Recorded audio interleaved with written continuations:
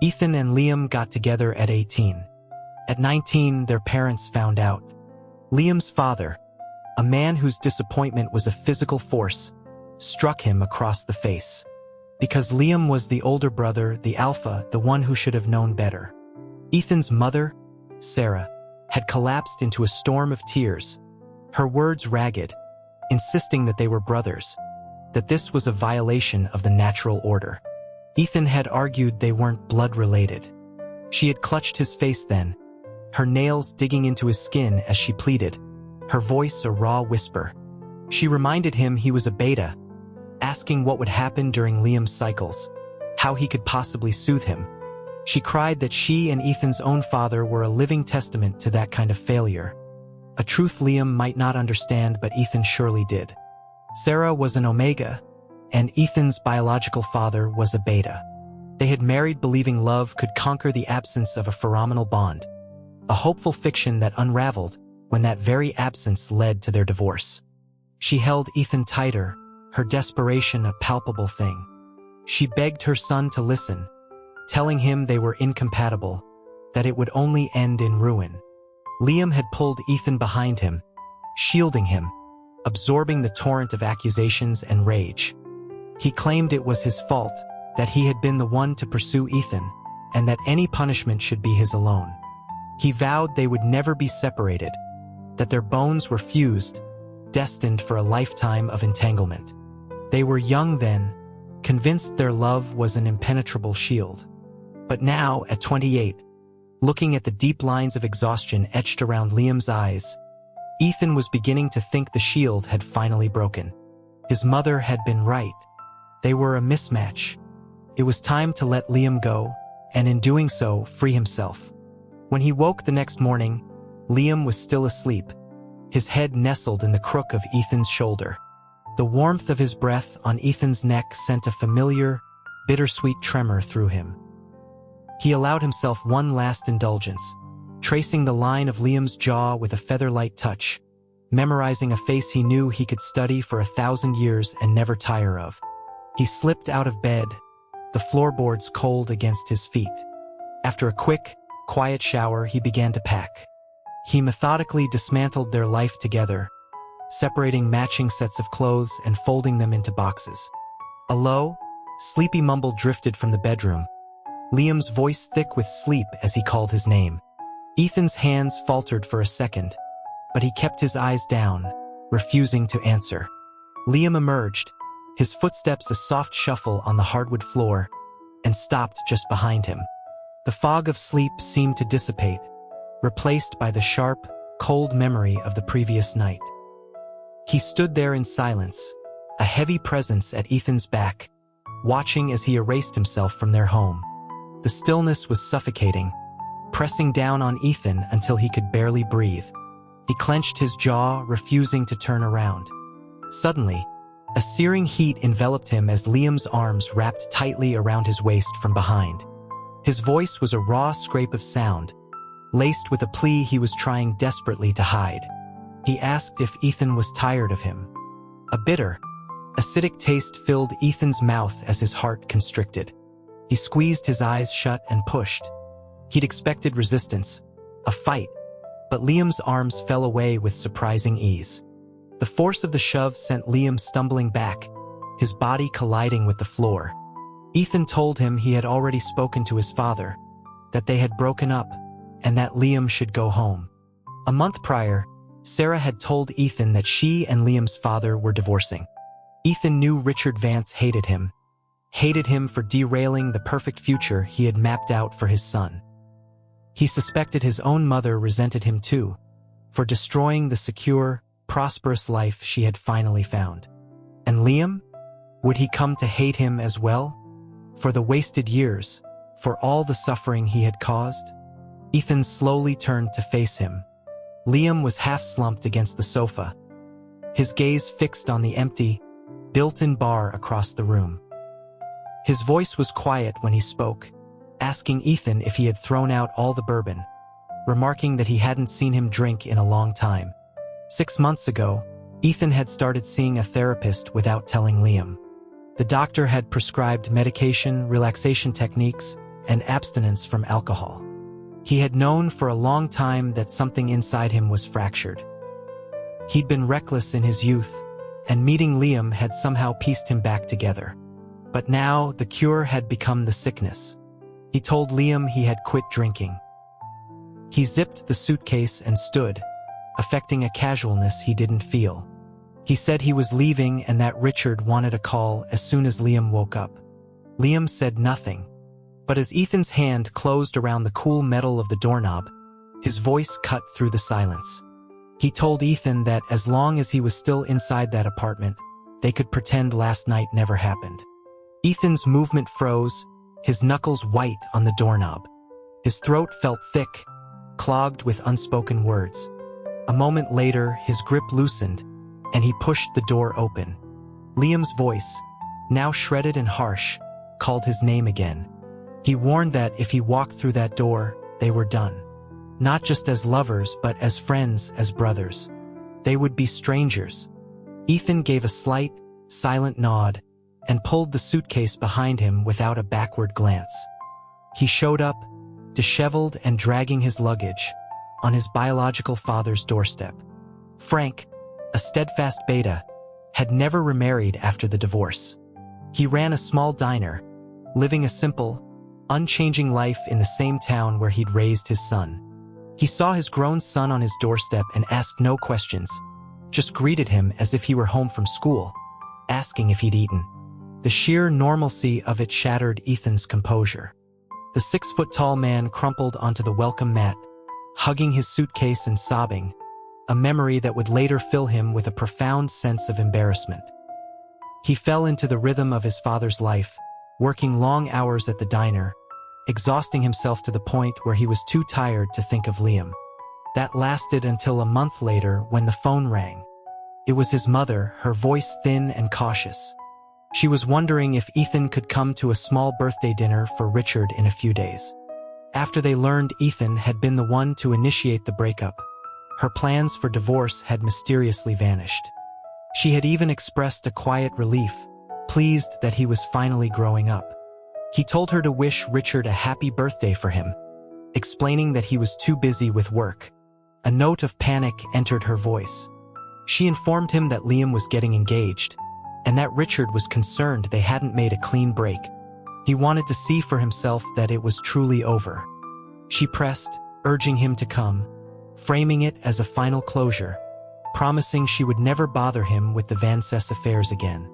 A roaring sound filled his ears, drowning out her voice. Liam was getting engaged. It was for the best, exactly the outcome he had envisioned for him. He would find a perfect Omega, someone who could see him through his cycles, and they would build a happy life together. It was for the best. He tried to agree, but his lungs seized, the air refusing to enter. His mother's voice was a distant, insistent buzz. He managed to force out a single strangled word of assent. Satisfied, she hung up. His hand trembled as he put the phone down. He stumbled back to his room, crawled under the covers, and let the darkness swallow him, only to be jolted awake, again and again, by a parade of nightmares. Sometime before dawn, he remembered he had forgotten to take his medication. The last time he had sat in the Vance's formal living room was 9 years ago. The two people who had glared at him with such open hostility then now offered stiff, polite greetings. The man who had once stood in front of him, his protector, was nowhere to be seen. He had apparently gone to pick up his fiancée, an Omega from a prominent family, a childhood acquaintance who had just returned after years of studying abroad. A young man, barely in his 20s and wearing a slim, black suppressant collar, walked in, smiling as he greeted everyone. Ethan watched him, taking in the ruby-red lips, the flawless complexion, the air of effortless grace. This was a world away from the weary, approaching 30 beta he saw in the mirror. Liam followed him inside. It had only been a month, but he looked thinner, his face paler than before. As soon as he entered, his eyes found Ethan's, as if guided by some internal radar. The intensity in his gaze was like a physical blow, and Ethan quickly looked away. his eyes meeting the scrutinizing stare of Richard Vance. He flinched, turning his head to stare at the wall, unable to look at anyone. The Omega sat down, tilting his head with a disarmingly sweet smile. He introduced himself, inviting Ethan to call him Julian. Ethan stared at the beautiful face, his own mouth dry, unsure what to say. He didn't know what kind of brother he was supposed to be. Brothers didn't kiss the way they had. His mother, sensing the awkward silence, jumped in to explain that Ethan was her son, just there for a visit. Julian's smile widened. He concluded that meant Ethan was like a younger brother to Liam, then extended a hand, bright and cheerful. Ethan reached out to shake it, but Liam's voice, cold as ice, cut him off. Liam announced it was time for dinner and turned away. Julian made a playful face at his retreating back, mimicking his curt tone. He then leaned toward Ethan, explaining that Liam was actually very kind, just a bit stressed lately due to some friction with his father. He assured Ethan that it was fine, he didn't mind. Ethan managed a weak smile. He knew Liam was kind. No one knew that better than he did. The atmosphere at dinner was lively, except for the two of them, who sat like ghosts at the feast. Ethan barely registered the conversation, his attention fixed on how little Liam was eating. Richard suddenly looked at him, stating that he must come to the engagement party for Liam and Julian. The date wasn't set, but it would be within the next few months. Ethan nodded robotically, murmuring that he was busy and probably wouldn't have the time. He raised his wine glass, carefully avoiding Liam's eyes. He congratulated them, wishing them a happy marriage in advance. Liam's stoic mask finally cracked. His eyes blazed with fury as he stared at Ethan, demanding he repeat himself. Richard's fork clattered onto his plate. He sternly warned his son to watch his tone. Sarah quickly intervened, reminding them Julian was present. Julian's eyes were wide, darting between the three of them. Ethan sighed and drained his glass. He apologized to Sarah and Richard, explaining that the diner was busy and he needed to get back. He stood, his gaze lingering on Liam's increasingly gaunt profile, and softly repeated his congratulations on the upcoming wedding. News of the alliance between the Vance and DeWitt families spread quickly. Caleb, their only mutual friend who knew the whole story, sent a barrage of question marks. Ethan calmly typed back a few words, explaining that they weren't right for each other and it was over. A flood of voice messages from Caleb followed, but he ignored them. His father seemed to sense something was wrong. An extra piece of fried chicken appeared on his plate at lunch. He told his dad he was fine, though it felt more like he was trying to convince himself. He reasoned that Liam's cycles would be easier now, that being with him had been too much of a burden. He believed this, he truly did, until a few days later when his mother called again, her voice tight with panic. She asked if Liam had contacted him. A cold dread spread through Ethan's chest as his heart began to pound. He told her no, asking what was wrong. She shouted into the phone that Liam was missing, that he was in his cycle and everyone was frantic. It was impossible. He tried to ask more, but the line went dead. It couldn't be. Liam's cycle wasn't due for months. He fumbled for his car keys and ran outside. In the driver's seat, his hands were shaking so badly he couldn't turn the key. He cursed, slamming his fist on the steering wheel, the horn blaring in the quiet street. He prayed Liam was okay. He sped toward the familiar skyline of Boston, toward the building they had once called home. The doorman, a friendly man named Art, greeted him warmly, remarking that he hadn't seen him in a while. Ethan cut him off, his voice strained, asking if his brother was back. Art confirmed he was, adding that he hadn't looked well. Ethan mumbled his thanks and peeled out into the underground garage before Art could say more. But when he stood before the apartment door, his courage failed him. He had no right to be there. He and Liam were over. The right thing to do was to call his mother, to tell them to bring Julian, to let his Omega soothe him. He wasn't needed. He was a useless beta. As he finally resolved to make the call, the door swung open silently. A pair of strong hands yanked him inside. His phone slipped from his grasp, clattering to the floor, forgotten. Liam's mouth was on his, a desperate, punishing kiss that tasted of salt and blood where his teeth had broken the skin. They stumbled together, tearing at each other's clothes, until they fell into the warm, rumpled chaos of the bed. It was covered in Ethan's old shirts, the ones he hadn't taken with him. His eyes burned as he looked up at Liam, his hands clutching the fabric beneath him. He pleaded with him to stop. Liam's only reply was to pin him down, his mouth sinking into the nape of his neck in a savage bite. A sharp, searing pain shot through him, and a hot liquid, blood or tears, he couldn't tell which, trickled down his back. Liam pulled back, his arms a steel cage around Ethan's ribs. He buried his face in Ethan's shoulder, his body shaking with ragged sobs. His voice was a broken whisper, confessing how much he truly hated him. Ethan gasped for air, his own tears finally breaking free. Liam's voice was venomous, accusing him of being self-righteous, of making decisions for his own good that were never what he wanted. He asked how Ethan could be so cruel as to wish him happiness with someone else. His tirade was harsh, but when he saw the tears streaming down Ethan's face, his expression softened. He leaned in, gently kissing the tears away, one by one. Ethan turned, his own face a mess of tears, and threw his arms around him, holding on as if to fuse their bodies into one. He knew then that he would never love anyone but the man in his arms. When he woke, the room was empty. He forced his aching body to move, gathering his clothes from the floor and slowly dressing, covering the constellation of dark bruises that marred his skin. His eyes fell on a small pile of empty auto-injectors on the floor, and he froze. After he had passed out, Liam had endured the rest of his cycle alone, jabbing himself with suppressants, one after another. Numbly, he swept the empty tubes into the trash. His mother's early S echoed in his mind. Liam might not understand, but you should. Of course he understood. He had grown up in a house poisoned by that same dynamic, watching his parents struggle against their own biology, torturing each other until their love was eroded to dust. During his mother's last cycle before the divorce, she had cheated on his father.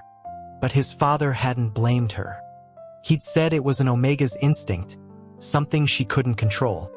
He'd called the pheromonal bond an impassable chasm, one that eventually separated all mismatched lovers who tried to defy it. Whether it was a consequence of that frantic night or something else, Ethan, a beta, was diagnosed with pheromonal dependence syndrome. The doctor explained it was highly unusual. He theorized that long-term exposure to a high-concentration alpha pheromone had caused Ethan's body to adapt, creating a dependency.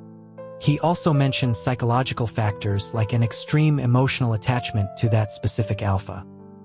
He looked at Ethan over his glasses, waiting for a response. Ethan quietly confirmed it. The doctor assured him it wasn't serious, prescribed some medication, and advised him to maintain a positive mood and avoid alphas for a while. He took the prescription and was about to leave when he ran into Julian, who waved him over as if he'd been waiting for him. He greeted him with a nickname, the one Liam had never used, and a bright smile, asking if he minded. Ethan looked at him blankly, asking what he wanted. Julian told him not to be so defensive, suggesting they talk. They went to a quiet coffee shop near the hospital. Julian scrolled through his phone for several minutes before looking up, a flicker of surprise on his face. He looked from his screen to Ethan, asking him if he really had pheromonal dependence syndrome. The color drained from Ethan's face. He shot to his feet, demanding to know how he had his medical records.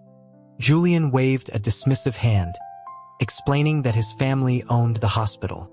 He leaned forward, his sweet expression replaced by a malicious smirk, and asked if the alpha he was so desperately attached to happened to be Liam. For the first time, Ethan saw the real Julian, the one forged in the crucible of a powerful family, and realized the innocent act was just that. Ethan told him it was none of his business, and that if he was worried about him clinging to Liam, he could rest assured it wouldn't happen. Julian let out a small, contemptuous laugh. He took a slow sip of his coffee, his eyes softening when he spoke of Liam. He talked about how wonderful Liam was, how he had walked away from his family for Ethan and still built a career from nothing, all while dragging Ethan along with him. His gaze turned cold and sharp again as he looked at Ethan. He said he detested him, calling him a parasite who clung to Liam, draining him dry. He accused him of saying he was letting go while repeatedly showing up to agitate him, triggering his cycles for his own selfish satisfaction. He even suggested that this new illness was just another way of demanding Liam's attention. Ethan listened to the venomous tirade, a strange calm settling over him. He realized that Julian, like him, truly loved Liam. He offered him a faint, weary smile. He told Julian he was right, and that he would no longer be a burden. This would be their last meeting. He wished him and Liam a happy marriage. He left a stunned Julian sitting at the table, perhaps shocked that he had so readily accepted the accusations. He didn't care what the world thought of him. All he wanted was for Liam to be well. The news of the Vance DeWitt union was everywhere. The engagement was made official when Richard introduced Julian to his entire social circle at his birthday gala. The other guest of honor was conspicuously absent. Caleb frantically texted Ethan, urging him to crash the wedding, yelling that his OTP couldn't end like this. Ethan just smiled sadly. Liam didn't love Julian now, but he knew the truth of biology. Once an alpha marked an omega, a pheromonal bond would form, an inescapable attraction that would inevitably blossom into love. It was the destiny of all of them. On the day of the engagement party, the city's elite gathered to celebrate the perfect merger of two powerful families.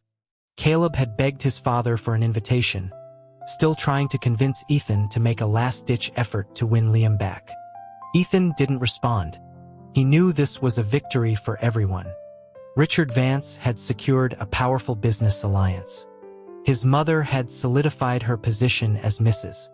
Vance, her final act of penance for their breakup. Julian was getting the man he loved, and Liam would be free from the torment of his cycles, back on the prescribed path for a perfect alpha.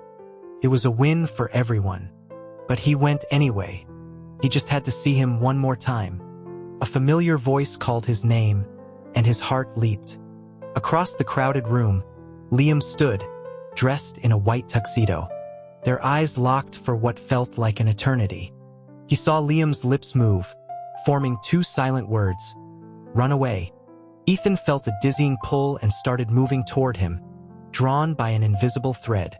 But as they drew closer, Julian appeared, placing himself between them, his eyes flashing A. Ethan stopped and took a step back. Julian reached for Liam's arm, telling him the ceremony was about to begin. Liam flinched away from his touch, stumbling back a step, a deep frown creasing his forehead as if he were fighting something off. He told Julian not to touch him. Suddenly, Julian gasped, his own face flushing a deep crimson as he staggered backward. Ethan watched in horror, the blood freezing in his veins. Liam was in his cycle, and Julian was being pulled into his heat. The party was abruptly canceled. Liam locked himself in the library, refusing entry to anyone. Julian, now injected with a suppressant, approached Ethan, a key in his hand. He explained that this cycle was worse than any before, that the suppressants were no longer working on Liam because he had developed a tolerance over the years. He walked slowly toward the library door, holding the key. As he reached the door, Ethan noticed the slim black collar was gone from his neck. Julian turned, a triumphant look in his eye. He told Ethan it was always going to end this way, that Liam needed him. The key turned in the lock. The door swung open, and Julian slipped inside. The door swung shut, closing them off, muffling the intimate scene that was about to unfold. Ethan walked away in a daze, his heart being methodically shredded by a dull knife. He drove back to the apartment he and Liam had shared. Back in the familiar space, a fever began to burn through him. His body and soul screamed for Liam. He tore through the apartment, searching for any lingering trace of his scent, until he found the bottles of bourbon he had hidden in a storage closet. It was the scent of Liam, a scent he could never possess. He pulled them all out, opening them one by one, pouring the amber liquid down his throat. Through a hazy stupor, he heard an alarm on his phone. It took him a moment to remember his medication. He fumbled with the bottle, pouring a heap of pills into his hand and swallowing them with another long pull of bourbon. He dreamed of many people, all standing on a distant shore, waving goodbye. Then he was falling into a black river, the darkness pressing in from all sides. As he was about to drown, Liam appeared, pulling him from the water. Soaking wet, they clung to each other as Liam pulled him toward a distant light, turning back to shout at him to wake up. He snapped his eyes open. The stark white ceiling of a hospital room swam into focus. He tried to speak, but his throat was raw and dry, and the effort sent him into a fit of coughing. A figure threw itself onto his bed, sobbing. It was his mother. She cried and demanded to know what was wrong with them, why they insisted on torturing themselves this way. He managed to croak out a single raspy word, asking what she meant. She told him that if Liam hadn't been hurt, if she hadn't rushed over to find him, he would be in the morgue right now. Liam was hurt? His mind went blank. He grabbed her arm, demanding to know what happened to him. She railed at them both for being reckless with their lives, for not taking their own lives seriously. Then the words came out. Liam had ruptured his own scent gland and was in emergency surgery. Ethan threw off the blankets, his legs buckling as soon as his feet touched the floor. His mother caught him, her own eyes still swimming with tears, and helped him walk. They took the elevator and rounded a corner. A crowd was gathered outside the surgical suite. Julian was slumped against his mother, his face pale and his eyes red. Richard Vance sat on a bench, his eyes closed, his face a terrifying mask of grief. As Ethan approached, all eyes turned to him, a mixture of resentment, anger, and confusion. Suddenly, his mother stepped in front of him, her voice trembling as she shouted at them to stop staring. Richard's voice, aged 10 years in a few hours, cut through the tension. He told her it was enough. The light above the operating room door went out. Richard shot to his feet, his usual composure gone, replaced by a raw, naked fear. He rushed toward the surgeon, asking how his son was. The surgeon removed his mask. He explained that the gland had been damaged too deeply and had to be removed, but that Liam's life was not in danger. He added, with a strange look, that Liam had already scheduled the gland removal surgery for a few days prior, so while the circumstances were unexpected, the procedure itself was a success.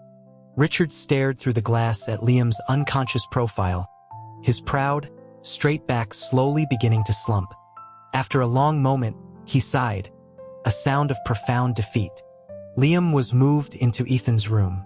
The anesthesia hadn't worn off yet, and he lay still, his face peaceful. Ethan slowly made his way to the bed, climbed in beside him, and watched him for a long time before leaning down to press a soft kiss to his lips.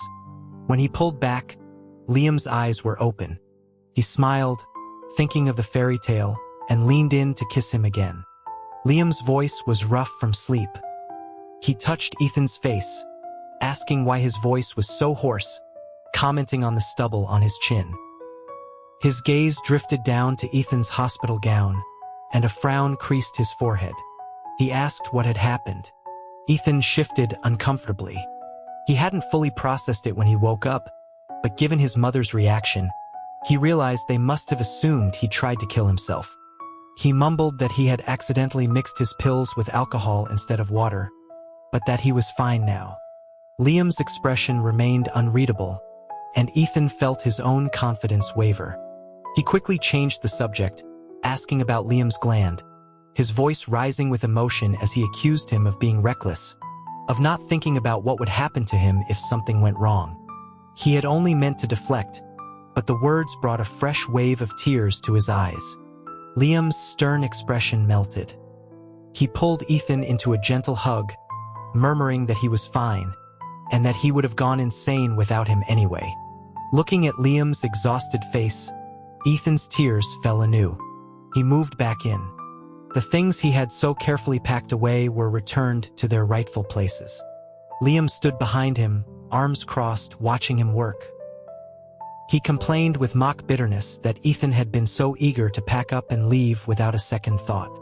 Ethan rolled his eyes, telling him not to be so dramatic, that it had been incredibly difficult. Liam hummed and wrapped his arms around him from behind, admitting that for a while, he had really thought Ethan didn't want him anymore. Ethan quickly covered Liam's hands with his own, his voice urgent as he assured him that was impossible. Liam was quiet for a long time, and Ethan assumed the conversation was over. He continued unpacking, carrying Liam on his back like a large, warm backpack. Then Liam spoke. He asked if now was a good time for Ethan to tell him what medication he was taking. Ethan's body went rigid. He had planned to tell him about the therapist, but he hadn't found the right moment. He went to his bag and pulled out his medical file and a stack of lab reports, handing them over. He watched anxiously as Liam read through them, his face serious. Liam pulled out his phone to look up technical terms he didn't understand. Ethan leaned against him, trying to be cute, because no one wants their lover to see the ugliest, most broken parts of themselves. Liam put the papers down. He was silent for a long time. Then he said the only thing that mattered.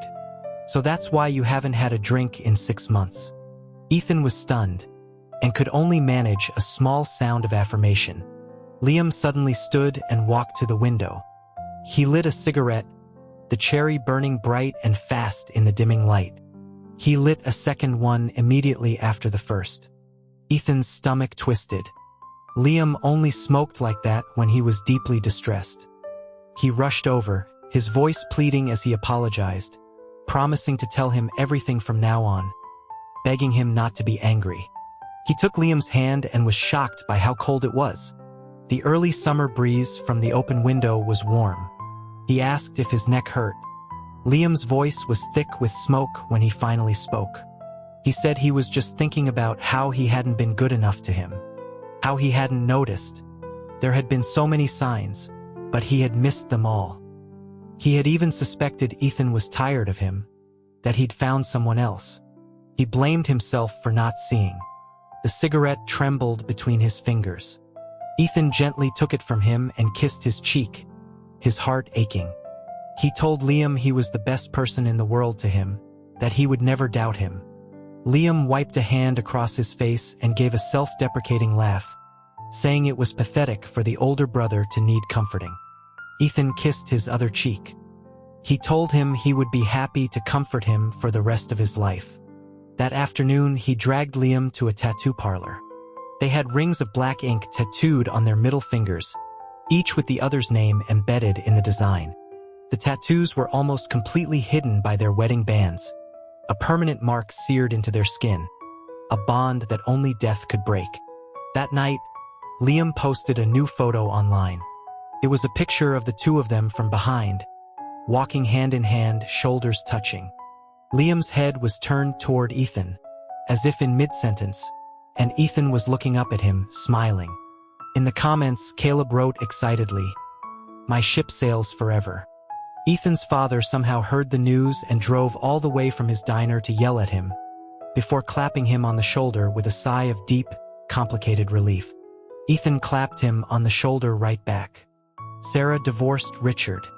She left quietly, right after leaving the hospital. No one knew where she went. But one morning, a bouquet of lush, vibrant peonies arrived for Ethan. The card was written in his own handwriting. We never know what the future holds, and not knowing means infinite possibilities. In its own way, that's a kind of freedom. So here's to your future. Good luck.